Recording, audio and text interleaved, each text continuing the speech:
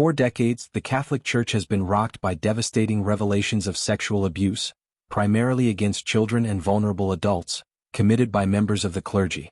What began as isolated reports grew into a global crisis, exposing not only the sin of abuse but the deeper, systemic failure, cover-ups, delays in justice, and lack of support for survivors. From Europe to Latin America, Africa to Asia, the faithful watched with heartbreak as bishops failed to report crimes, victims were silenced, and institutional trust was eroded. The Vatican responded under Pope Benedict XVI and more proactively under Pope Francis, who set up the Pontifical Commission for the Protection of Minors. Yet, survivors and advocacy groups remained vocal. Justice was too slow, accountability too weak, and real transparency, they said, still missing. Before ascending to the papacy, Cardinal Robert Prevost, now Pope Leo XIV, served as the Bishop of Chiclayo, Peru. There, he gained a quiet reputation for listening to victims, cooperating with investigations, and enforcing disciplinary measures, even when it cost him popularity. In a region marked by poverty and often overlooked by Vatican oversight, Prevost applied what many now call a pastoral firmness. He didn't just address cases, he walked with the wounded. He also called for broader accountability, not just removing guilty priests, but reforming seminaries, empowering lay participation, and setting up safe channels for reporting. Now as Pope Leo XIV, this same vision is being brought to the global church. Just weeks into his pontificate, he convened the Pontifical Commission for the Protection of Minors on June 5, 2025, led by Cardinal Seán O'Malley, a longtime champion for survivors. In this meeting, the Pope expressed strong support for 1. Global justice. Safeguarding should be implemented in every diocese, especially those with few resources. 2. Listening first reform. Victims and their families are not secondary to church law, they are central to it. 3. Transparency and speed. Handling abuse must be timely, just, and fully documented. While the Pope's full remarks were not published, the Commission confirmed that the Holy Father insisted on rooting safeguarding into the very DNA of the Church's mission. Cardinal O'Malley, known worldwide for his unwavering support for survivors, has consistently emphasized that there cannot be healing without justice. He stressed that the Church must not only listen to victims, but also walk hand in hand with them, ensuring they have full access to information, non-financial reparations like heartfelt apologies, and the assurance that credible offenders are held accountable. During the June 5 meeting with Pope Leo XIV, he reinforced this stance, calling for a system that prioritizes victims and their families at every step, from reporting and investigation to transparency and pastoral care. Cardinal O'Malley, deeply recognized for his tireless advocacy, has repeatedly stated that there cannot be healing without justice. But he's gone far beyond words.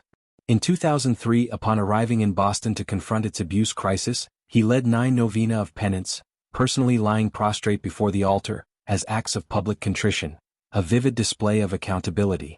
In 2011, during the Liturgy of Lament and Repentance in Dublin, he washed the feet of survivors, asking forgiveness, on behalf of the Holy Father, for the sexual abuse of children, perpetrated by priests, and the past failures of the Church's hierarchy here and in Rome. As president of the Vatican's Child Protection Commission, he pioneered structural reforms. He insisted that any survivor's letter, including those sent to Vatican offices, must receive a response, and he regularly brings survivors like Marie Collins to address newly appointed bishops, emphasizing that their testimonies are, sometimes, the most important conference they had heard. He has also not been afraid to confront the Pope and Vatican. In 2018, he publicly rebuked Pope Francis over dismissive comments about Chilean victims, calling them a source of great pain for survivors, which helped prompt a Vatican apology. Many are asking whether Pope Leo XIV formally adopted a universal zero-tolerance policy, one that removes any cleric credibly accused of abuse. As of now, the Church does not have a single, binding global zero-tolerance policy. Pope Francis had resisted a blanket rule, allowing bishops to make local decisions. But survivor groups like SNAP, Survivors Network of Those Abused by Priests, are urging Pope Leo XIV to enact such a policy within his first 100 days, along with a Global Truth and Reconciliation Commission, a survivor-financed reparations fund, binding transparency measures across all dioceses. Pope Leo XIV has not wasted time. In the opening weeks of his pontificate, he signaled that safeguarding the vulnerable is not an optional policy, but a moral imperative. On June 5, 2025, he convened the Pontifical Commission for the Protection of Minors, led by Cardinal Seán O'Malley. The meeting was not ceremonial, it was purposeful. Pope Leo emphasized that putting victims and their families first must become the standard lens through which all abuse cases are viewed. He has upheld a critical structural reform, originally begun under Pope Francis, by supporting the integration of the Commission into the Dicastery for the Doctrine of the Faith, giving it direct authority in abuse-related investigations. This marks a move away from bureaucratic silos and toward a unified, empowered safeguarding office within the Church. Importantly, Pope Leo has focused attention not only on the West, but on under-resourced regions of the Global South, stating that safeguarding cannot be a luxury of wealthier churches, it must be a right for all. This echoes his pastoral sensitivity from his time in Peru, where he ensured that the poor were not left unprotected. Despite these bold beginnings, the question remains, will Pope Leo XIV go further? As of now, there is no universal zero-tolerance policy in the Church, no definitive rule that says any cleric credibly accused of abuse must be permanently removed from ministry. This, according to many survivors, remains the Church's deepest blind spot. Groups like SNAP and International Watchdogs have presented urgent proposals to the Pope, urging action within his first 100 days. A Global Truth and Reconciliation Commission, to document and address decades of abuse. A survivor-funded reparations initiative, to acknowledge harm in concrete terms. A unified and mandatory global zero-tolerance law, to prevent cover-ups and ensure justice. Pope Leo has not publicly committed to these steps, but his meetings, tone, and structural realignments shows that he is listening. The world in turn is watching closely, hoping for more than symbolic gestures. This is no ordinary moment. For the Church, it is a crossroads between denial and deliverance. Pope Leo XIV, shaped by his experiences in the dusty parishes of Peru, and now seated on the chair of Peter, carries a profound responsibility.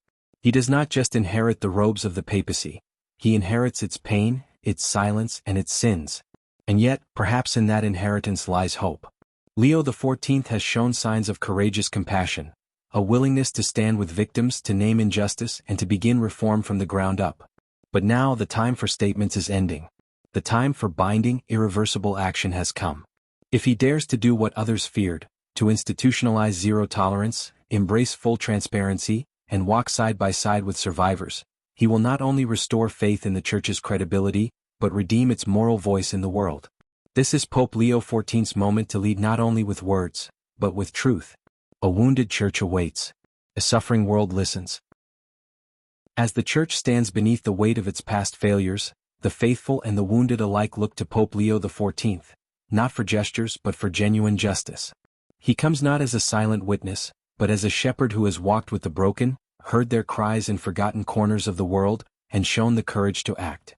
Now, at the helm of the Universal Church, he carries both the authority and the responsibility to ensure that truth is spoken, justice is done, and healing is made possible.